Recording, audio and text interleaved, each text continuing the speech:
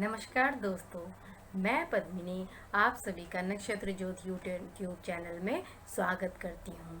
आज मैं आपको नाग पंचमी की कथा के बारे में बताने जा रही हूँ। इससे पहले वाली वीडियो में मैंने आपको नाग पंचमी के बारे में बताया था कि कब इसका मुहूर्त है, कैसे बनाई जाती है, क्यों बनाई जाती है।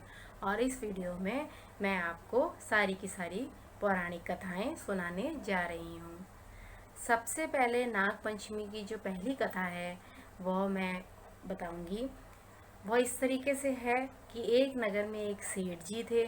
उनके 7 पुत्र थे और 7 पुत्र वधू थी। और जो बड़े अच्छे तरीके से वो सारी बहुएं और पुत्र रहते थे वहाँ पे। तो एक बार क्या हुआ कि नाग पंचमी के दिन जो बड़ी बहू है उन्होंने सारी अपनी देवरानियों को बोला कि आज मुझे पीली मिट्टी चाहिए, तो उसे लेने के लिए सब मेरे साथ चलेंगी। तो सारी की सारी जो बहुएं थी तैयार होकर और एक खुरपी लेकर, एक छोटी सी डलिया लेकर पीली मिट्टी की खुदाई करने के लिए चल पड़ी। जब वह पीली मिट्टी की खुदाई कर रही थी सारी की सारी बहुएं, तो तभी वहाँ पे एक नाग देवता खुदाई में निकल जाते हैं। तो इसको देख के बड़ी बहू डर जाती हैं और नाग देवता को मारने का प्रयास करती है अपनी खुरपी से। लेकिन जो छोटी बहू है वह बहुत ही विदुषी थी, बहुत ही बुद्धिमान थी। और वह कहती हैं कि नाग देवता को मत मारिए, यह तो हमारे भाई के समान ही है। इस प्रकार से बड़ी बहू जो होती है वो नाग देवता को छोड़ देती है। और जो जो नाग होते हैं वो एक कोने में जाकर बैठ जाते हैं। तो छोटी बहू उनसे कहती है कि आप यहाँ पे विराजमान रहिए, मैं अभी आपके लिए एक कटोरा दूध लेकर आती हूँ। सारी की सारी बहुएं पीली मिट्टी लेकर अपने घर की ओर चली जाती हैं। और छोटी बहू भी काम की व्यवस्था की वजह से व्यस्त हो जाती हैं वहाँ पर, और अपना भूल जाती हैं कि उन्होंने कुछ वादा भी नाग देवता से किया था। तो दूसरे दिन जब ना छोटी बहू को याद आता है इस बारे में, तो वह जल्दी जल्दी दौड़ती हुई एक लोटा पूरा का पूरा जो एक कटोरे जो दूध है उसको लेकर जाती हैं और नाग देवता से क्षमा मांगती हैं। और कहती हैं कि मैं गलती से भूल गई थी, भैया मुझे माफ़ कर दो।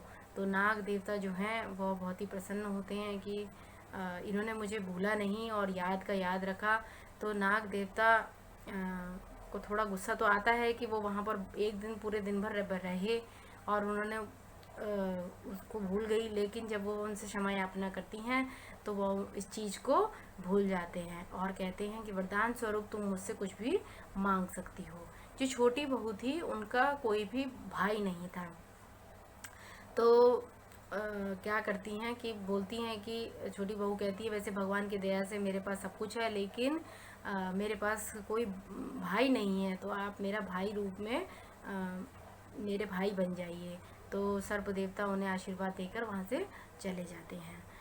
जब थोड़े दिनों के बाद सारी बहुएं मायके जाने लगती हैं, सावन का महीना है, मायके जाने लगती हैं सारी बहुएं। तो उस समय सभी के घर से उनके मायके वाले आते हैं और अपने घर उनको लेकर जाते हैं। लेकिन छोटी बहू के घर से कोई भी नहीं आता। तभी छोटी बहू मन ही मन याद करती हैं कि मेरा भी कोई भाई होता और मुझे लेके जाता। तो सर्प देवता वहाँ पे मनुष्य का रूप धारण करके आ जाते हैं और कहते हैं कि यह मेरी बहन है, मैं इसको मायके लेके जा रहा हूँ। तो सभी लोग पूछते हैं इसके तो मायके में कोई भाई नहीं था, तो फिर कहाँ से भाई यह है जो आया है और उसे ले जाने के लिए कह रहा है।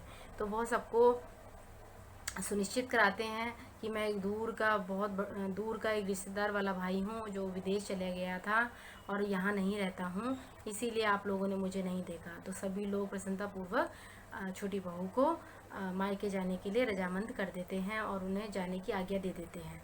जब रास्ते में वह अपने भ्राता के साथ जा रही होती है तो वो जो भ्राता हैं वो अपना असली रूप दे देते हैं और अपनी बहन को सारी बातें बताते हैं और कहते हैं कि तुम मुझसे डरो मत, और जहाँ लेकर तुम्हें जा रहा हूँ, अगर तुम्हें वहाँ मेरे साथ चलने में कठिनाई हो तो तुम मेरी पूँछ को पकड़ लेना। तो वह पूँछ पकड़ के अपने नागलोक में आ जाते हैं। जब वह नागलोक में आ जाते हैं तो छोटी बहू देखती हैं कि चारों तरफ धन धान्य है, हर जगह सोना चांदी बिखरा हुआ है। तो वहाँ पे वो रहती हैं थोड़े समय के लिए। तो वो देखती हैं कि रोज़ वहाँ पे जो माता होती हैं, वहाँ पे नाग माता, वो क्या करती हैं कि छोटे जो भाई बहन हैं, भाई वगैरह हैं, भाई बहन, उनको क्या करती हैं, छोटे छोटे नाग होते हैं उनको दूध पिलाती हैं। जब वो दूध क्या करती हैं, ठंडा करके उनको पिलाती हैं और घंटी बजाती हैं, तब वो सारे नाग आते हैं छोटे छोटे और वो दूध पी के वापस चले जाते हैं।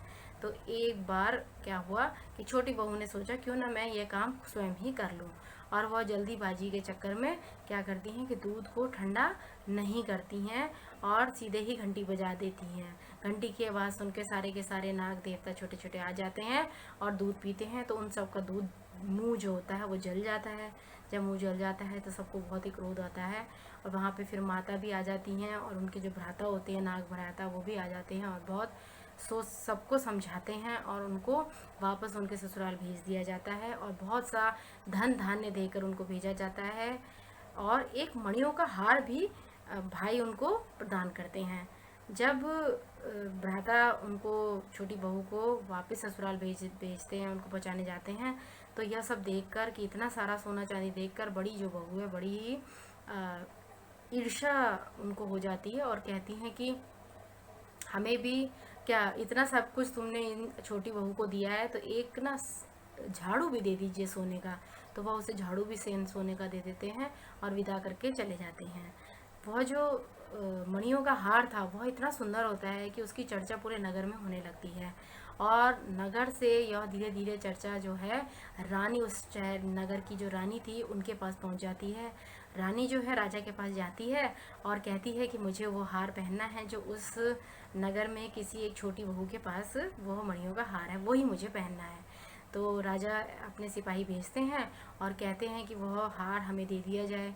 वह हार छोटी बहू तुरंत ही दे देती हैं और रानी आके उसे पहन लेती हैं। जैसे ही रानी उसे पहनती हैं तो वह हार जो है वो सर्प का सांप बन जाता है, उनके गले में सुशोभित हो जाता है। तो वो जल्दी से डर के मारे उस सांप को फेंक देती हैं और सारी की सारी घटना राजा को बताती हैं। राजा जो हैं वह बहुत ही, उन्हें क्रोध आता है और बोलते हैं छोटी बहू को तुरंत मेरे सामने पेश किया जाए, मैं उन्हें ज़रूर ही कुछ दंड दूंगा। तो वह छोटी बहू वैसे ही दुखी होती हैं कि मेरा हार भी चले गया जो मेरे भ्राता ने मुझे दिया था। तो भ्राता उनको कहते हैं कि तू चिंता मत कर मेरी बहन, वह जो सांप है, और सारी बातें उनको बताते हैं कि जब वो मणि का हार रानी पहनेगी तो वह जो हार है वह सांप में बदल जाएगा। तो जो छोटी बहू है तुरंत अपने ससुर जी के साथ, क्योंकि ससुर जी सोचते हैं पता नहीं क्या हो गया है, तो उनको अपने साथ लेकर राजा के पास जाते हैं। तब राजा कहते हैं बताओ इसके अंदर तुमने क्या काला जादू किया हुआ, इस जो आपने माला पहनी हुई है, इस मणियों का जो माला है, इतनी नगों की माला है, इसके अंदर क्या है। तो वह कहती हैं कि ऐसा कुछ भी नहीं है, हाँ ये मेरे एक भ्राता जी ने दिया है, जो सांप हैं, नाग देवता को मैं अपने भ्राता बनाती हूँ, उन्होंने मुझे दिया है। यह जो अगर मैं इस माला को मैं स्वयं पहन लूँगी तो यह जेवर बना ही रहेगा, अदरवाइज़ यह जो है नाग में तब्दील हो जाएगा। तब जो राजा है उनका गुस्सा शांत हो जाता है और उससे क्षमा मांगते हैं और कहते हैं कि आप जाइए और खुशी खुशी इस हार को अपने पास ही रखिए। तब वह छोटी बहू अपने घर आकर भगवान जो नाग देवता है उनको मनी मन याद करती हैं, प्रणाम करती हैं और कहती हैं कि आपने मेरी सभी दुविधाओं से मेरी रक्षा करी। यह तो हो गई एक कहानी। दूसरी कहानी यह है कि एक बार एक लीलाधर नाम का किसान था। वह एक दिन क्या करता है कि हल को चला रहा होता है ज़मीन पर, और उसके 2 पुत्र और 1 पुत्री, पत्नी वगैरह सब जने होते हैं उसके परिवार में। तो जब हल चला रहा होता है तो उस समय क्या होता है कि जो सांप के जो बच्चे हैं वो उसके हल के नीचे आके मर जाते हैं। जब यह बात नागिन को पता चलती है तो वह सोचती है मनी मन कि अब मैं इससे बदला जरूर लूँगी। वह चुपके चुपके रात में जाती है, जब उसकी पत्नी, लीलाधर की पत्नी, किसान और पुत्र और पुत्री सोए होते हैं, तो पुत्रों को और किसान को और पत्नी को डस कर आ जाती है। दूसरे दिन वह सोचती है कि मैंने तो पुत्री को मारा ही नहीं, आज मैं जाकर पुत्री को मार देती हूँ। डर के मारे पुत्री दरवाजे पर जिस खिड़की से रास्ते से वो आई होती है नागिन, उस दरवाजे पे ही, खिड़की पे ही एक कटोरी दूध का भरा हुआ रख देती हैं और क्षमा याचना करती हैं। तो जो नागिन होती है वो बहुत प्रसन्न होती हैं और सभी को पुनः, उनके परिवार वालों को पुनः जीवित करके उन्हें वरदान देकर वहाँ से चली जाती हैं। अब जो तीसरी कथा है, एक और कथा है इसके बारे में, नाग पंचमी के बारे में। तीसरी कथा यह है कि एक ब्राह्मण था, उसके 7 पुत्र थे, 7 बहुएं थी। और जैसे मैंने पहली जो आपको कथा सुनाई उसके आधार पर ही ये पूरी कथा है कि वह पीली मिट्टी लेने के लिए जाते हैं वो सारी की सारी बहुएं। तो वहाँ पर नाग देवता आते हैं और नाग देवता को वो कहीं पे बोलती हैं सुरक्षित रख जाती हैं और जेठानी से बचा लेती हैं।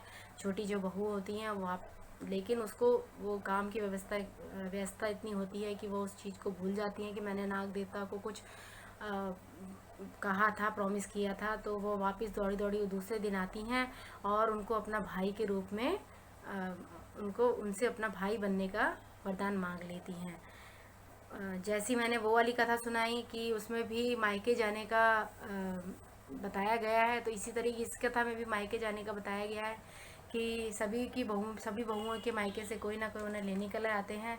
तब भ्राता जो नाग देवता हैं वो भाई का रूप धर के आते हैं और उन्होंने अपने साथ छोटी बहू को नागलोक में लेकर जाते हैं।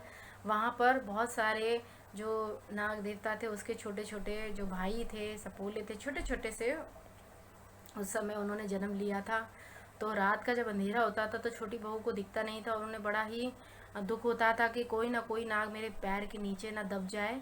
इसीलिए वो बहुत संभल कर चलती थी और बहुत डरती थी कि कहीं कोई मेरे पैर के नीचे ना आ जाए। तब जो नाग माता है वो इस चीज़ को जान जाती हैं और एक दीपक देती हैं उन्हें, जो पीतल का होता है, और उन्हें कहती हैं कि इस दीपक को जला के तुम रात में इधर उधर जा सकती हो। तो एक बार वो जब जलाती हैं उसे पीतल के दीपक को, तो जा रही होती हैं तो अंधेरे में नाग के जो बच्चे होते हैं वो उनके पाँव के नीचे ही होते हैं, मतलब आए नहीं होते लेकिन नीचे ही होते हैं। तभी उनके हाथ से जो होता है दीपक ऊपर से गिर जाता है, जिससे एक जो नाग देवता है, एक जो छोटा सा नाग होता है, उनका जो पूंछ है वो कट जाती है। यह देखकर उन्हें बड़ा ही गुस्सा आ जाता है। तो वह सोचते हैं, जो छोटे नाग होते हैं वो सोचते हैं कि इनसे मैं ज़रूर बदला लूँगी। तो लेकिन जो जो नाग देवता होते हैं और जो उनकी नाग माता होती है वो उन्हें बहुत ही समझाती हैं, उनका क्रोध को शांत कर देती हैं और उन्हें बहुत सारा धन धान्य देकर ससुराल की ओर विदा करती हैं। तो होता यह है कि जब वो ससुराल जाती हैं तो क्या करती हैं कि पूजा जो करती हैं, नाग देवता की पूजा नाग पंचमी मना रही होती हैं और घर के मुख्य दरवाजे के ऊपर गोबर से नाग देवता की पूजा कर रही होती हैं। तभी वो जो पूंछ कटा हुआ नाग होता है उन्हें काटने की इच्छा से वहाँ पर आता है।